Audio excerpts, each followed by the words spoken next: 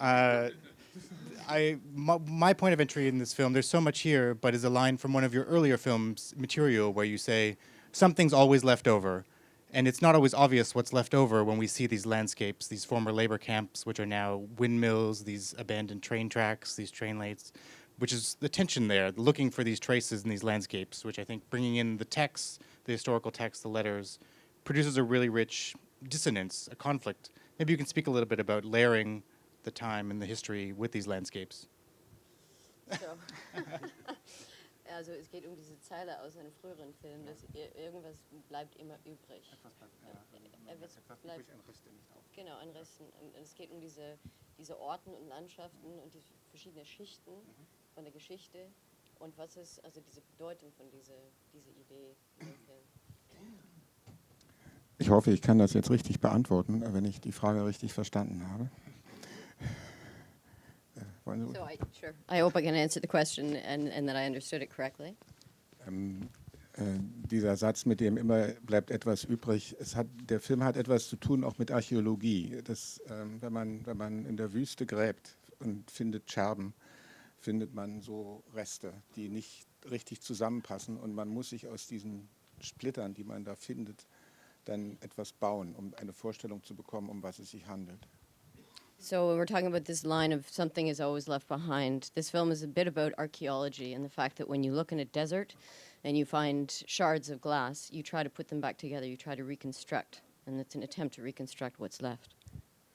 Und das ist so ein bisschen auch das Konstruktionsprinzip, sowohl bei dem Filmmaterial, der erwähnt wurde, als auch hier in Teilen, dass man nichts erklärt bekommt. Man hat diese Fundstücke und man findet das und man muss sich selber ein Bild daraus bauen. Also der Film ist, wenn Sie so wollen, gedreht, als würde ich aus einer Zukunft auf eine sehr lang zurückliegende Vergangenheit gucken. So that is what I've done with the artifacts that are presented in this film, with the letters and the archival material that I've found. I've presented it in such a way that I haven't explained necessarily what it is. It's as though the film were shot in the future and I'm looking back on a history and trying to reconstruct what happened in that history. Man kann vieles gar nicht verstehen. Man weiß nicht, wer manche Personen sind. Das wird alles nicht erklärt, aber das kennen wir ja also auch. Wir wissen aus der Antike auch nur von einigen Personen, wo wir Persönliches wissen. Und von den meisten wissen wir gar nichts. Aber wir wissen, was sie beschäftigt hat, womit sie sich auseinandersetzen mussten und mit welchen Kriegen und so. So, and we can never really fully know these people. We're left with the material things that they left behind, so we can talk about what they did and what occupied them, but we can't really know exactly who they were. And that's the same in the study of any history, including antiquity. We don't really know who we're talking about.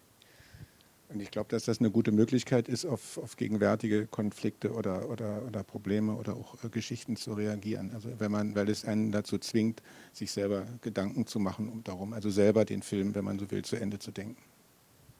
And I think this approach is a good one in even considering our contemporary circumstance, our situation now, is that we can't fully know, but we can attempt to reconstruct.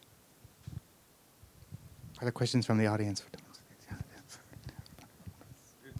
One second. Please go ahead.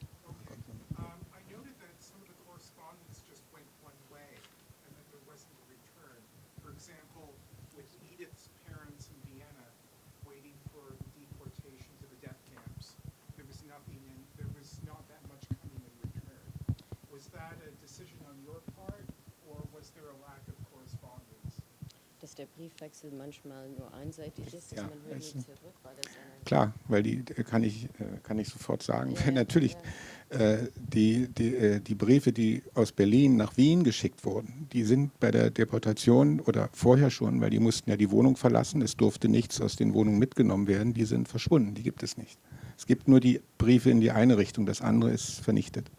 So the letters that went from Berlin to Vienna disappeared. There's nothing left of them. The apartments were emptied and there's no material evidence left. So the only letters that remain are the ones that came the other way.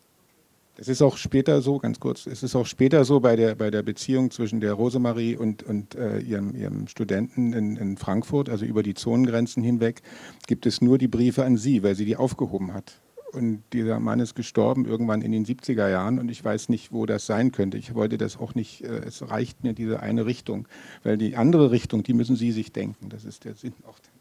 So it was the same situation with the correspondence between Rosemary and her student, Udo, between the East and West. I only had the evidence, I only had the letters that she wrote left. I couldn't find his letters. He died in his 70s or in the 70s, in his 70s. And I didn't even want to find those letters. I wanted that to be your job as an audience. Okay. Your film is beautiful, and it reminds me very much of like the work of Chris Marker in some respects. And I was wondering, are there any plans on your part to publish a book to go with it? Because so much of the text in the film is so poetic. And I think it's something that one would like to mull over. Are there any plans in publishing a book? Wird es ein Buch dazu geben? Das ist eine gute Frage. Ich habe das überlegt, ich werde auch etwas machen, aber das wird mit dem Film wiederum nicht so viel zu tun haben. Also man kann nicht jetzt einfach den Film zu einem Buch machen. Das macht man zwar normalerweise so, weil es Marktgesetze gibt, aber das interessiert mich nicht so. Es wird was geben, also weil ich auch höre, dass manche Leute da was nachlesen wollen und so, da gibt es so ein Interesse einfach. Ja, und ich glaube, und ich muss die Zeit finden dazu, das ist einfach. Der Film ist in ganz kurzer Zeit praktisch entstanden, also im Grunde in einem Jahr. Und vorher war nur im Kopf so, sammelte sich da immer mehr an. Aber eigentlich sehr kurz und der musste fertig werden. Und dann konnten wir nicht jetzt an so eine Fragen noch denken, dass noch ein Buch und noch das, wie man das so ordentlich produziert. So there will be a book. You're not the first person to suggest that. I think a book will eventually come, but it won't be exactly a reproduction of the film. That's not possible anyway. The film was made relatively quickly in 1 year, so there was no time to think about a book or work on a book. But it's something that eventually may materialize, yeah. Do I just talk into them? Yeah. I would like to know the significance of the very frequent and long train sequences. What's the meaning of that?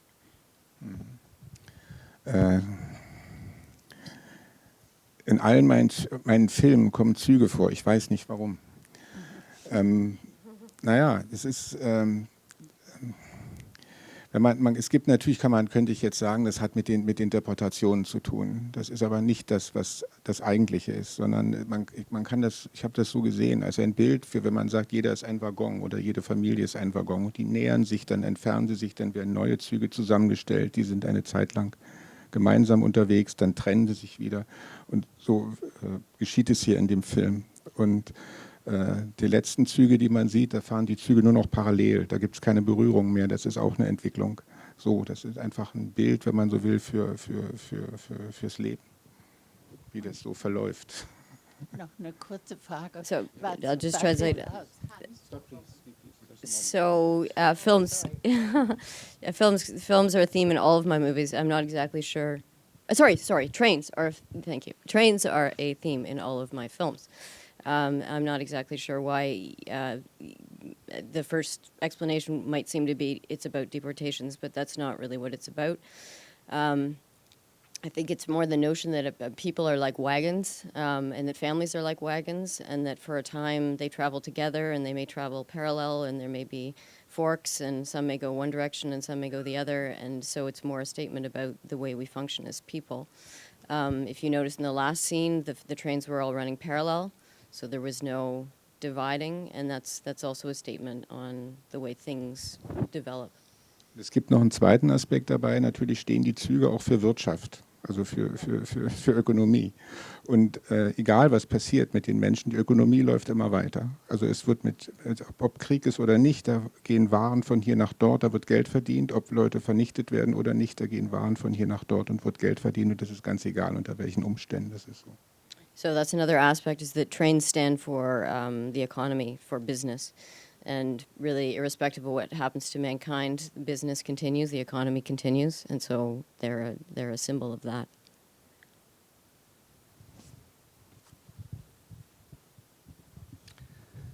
Ich hab mir gedacht, ob die Züge nicht eventuell auch ein Tribute an Jürgen Böttcher sein können.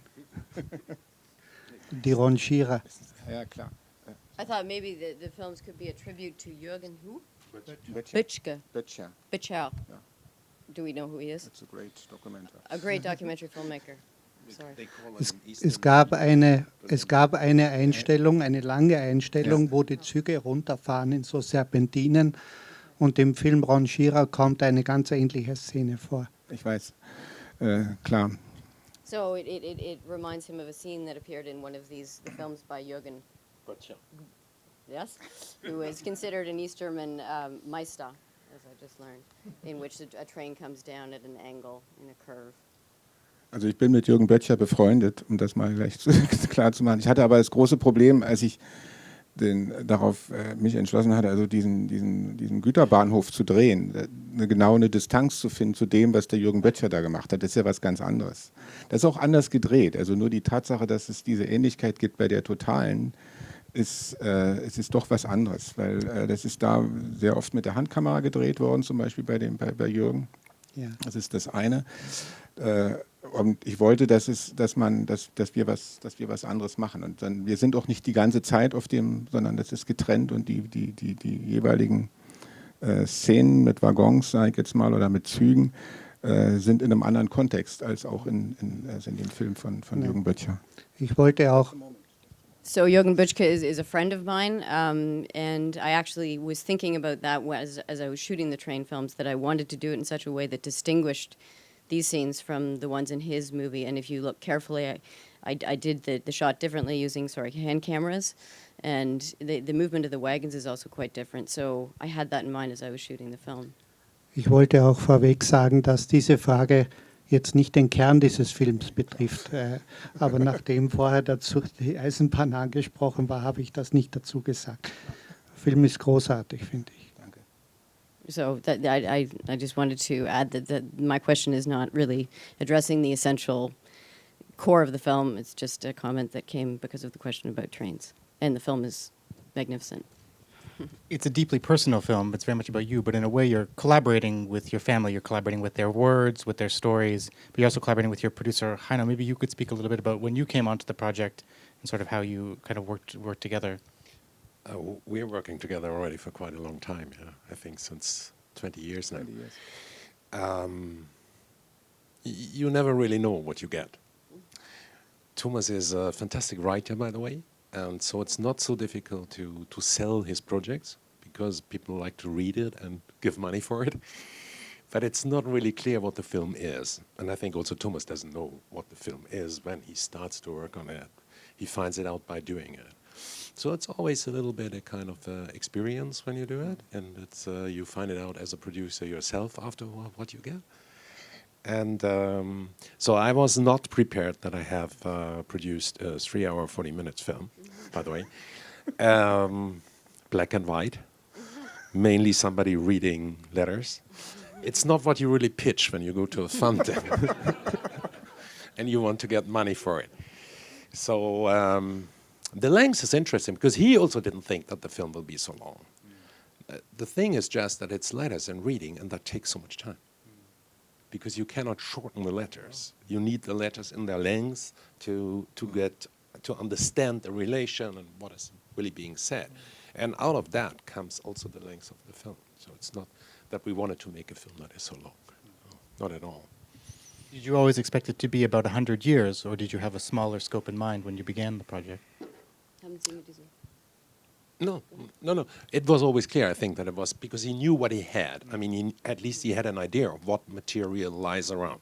You know, this whole family is from the beginning on messy. No, how do you say that?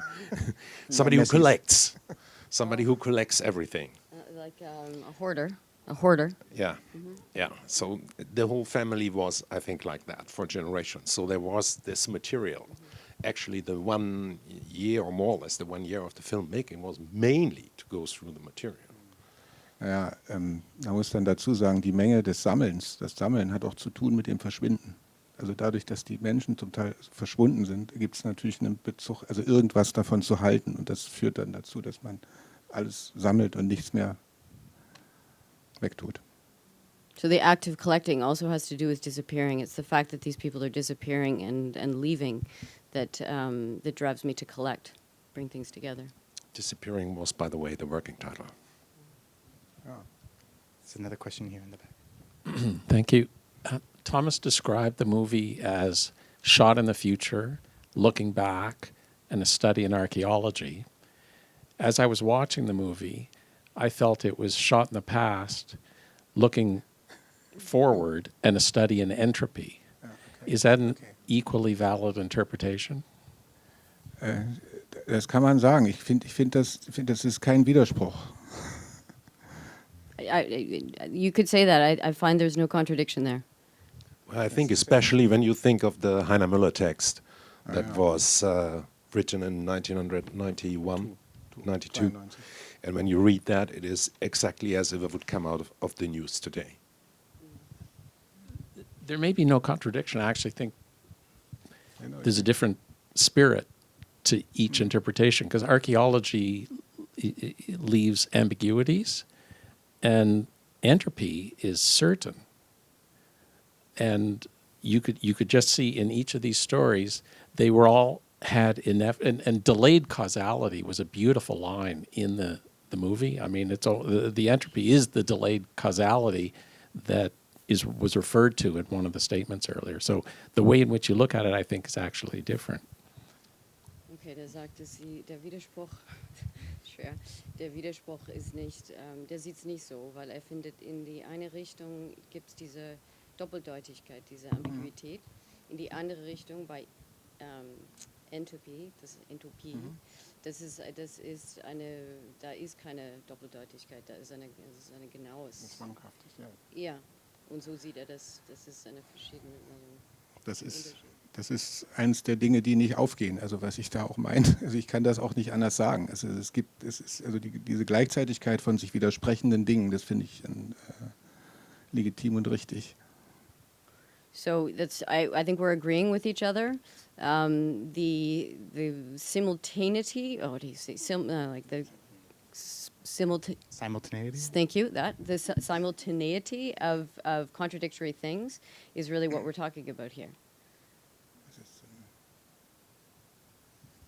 Are there questions from the audience for our filmmaker, our producer? Yes, there's one here. Just one moment while the mic comes. Just a moment, please.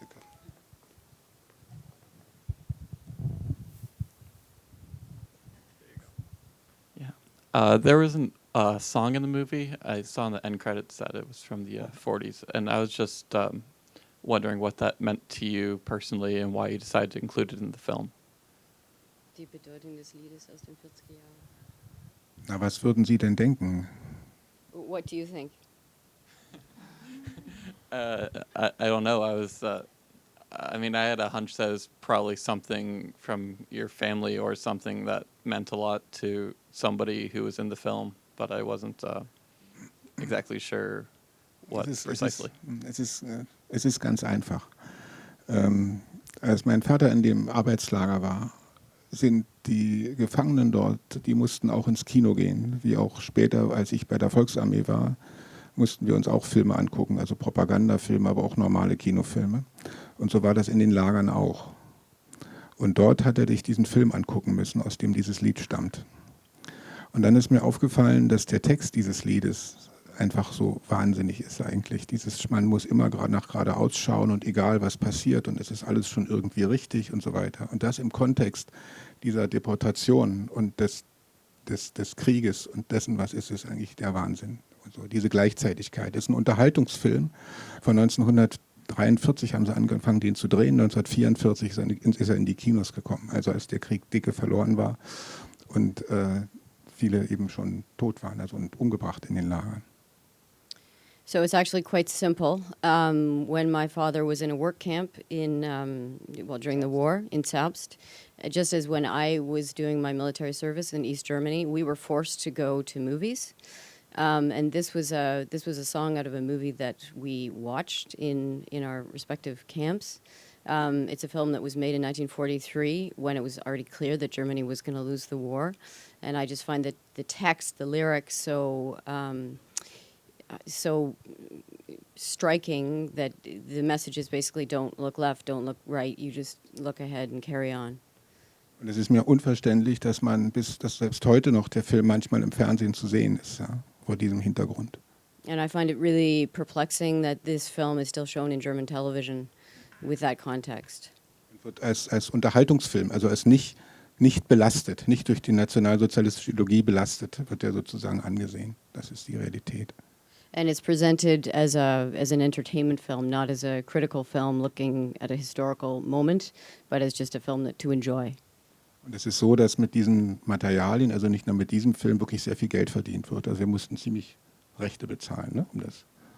Nee, wir haben es am Ende ganz billig. Wir haben es dann am Ende billig gekriegt. Am Anfang war es ganz teuer, dann musste der Heino lange verhandeln, dass es billiger wird.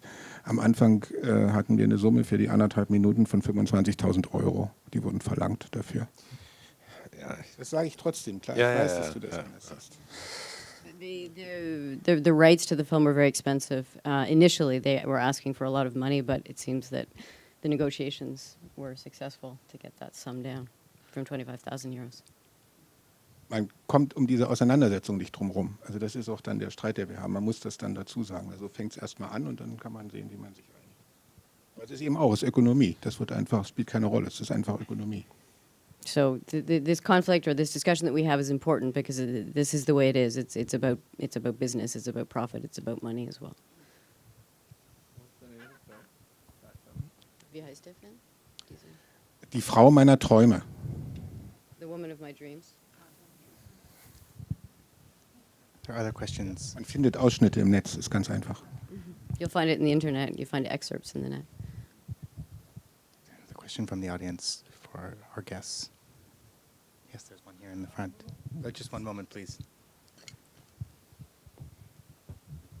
I notice who was also involved, some of the German television producers and so on, and will this be coming into German TV to be seen in a year or so?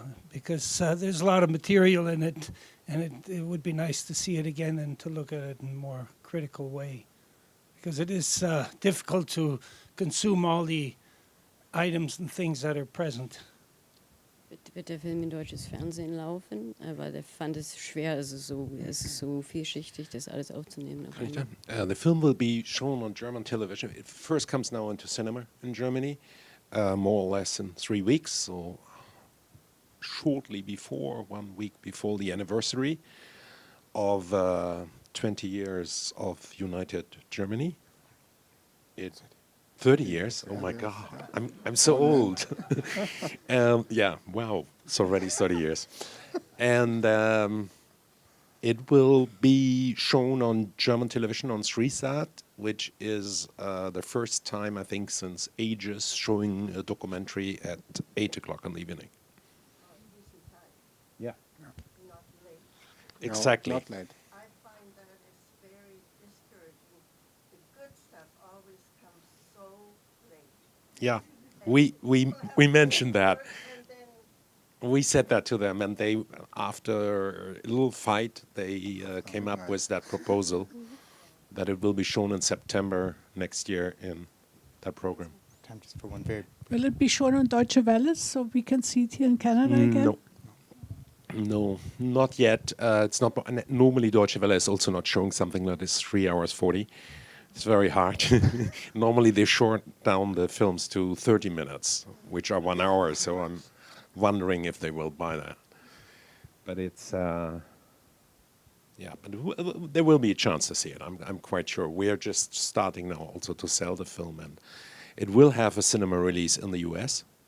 So I guess, as we also sold the Canadian rights, I guess it will be also here again in the cinema. We'll see. And anyone in Toronto has one more opportunity to see it next Sunday. There'll be one additional screening of it, so please tell everyone to come and see it. I'm afraid that's all the time we have, but please join me in thanking me very sincerely, Thomas and Heimat. Thank you. And Vielen Dank. Thank you very much.